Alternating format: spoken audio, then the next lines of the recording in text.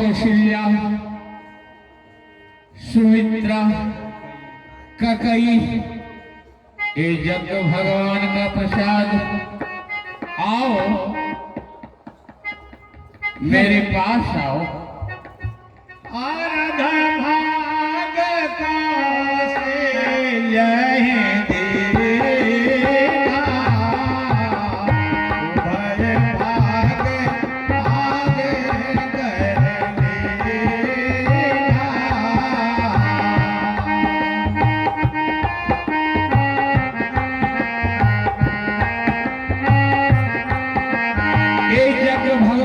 प्रसाद है।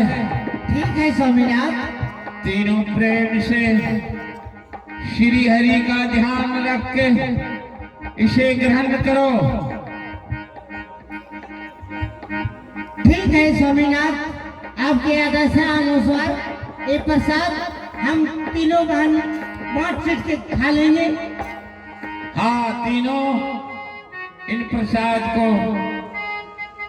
बहन, ये मेरे भाग से थोड़ा प्रसाद खा लो।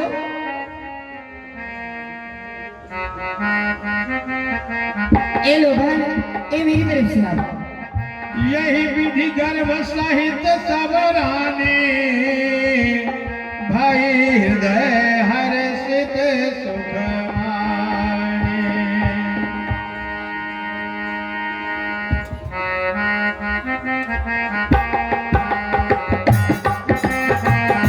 रात्रि अधिक होने से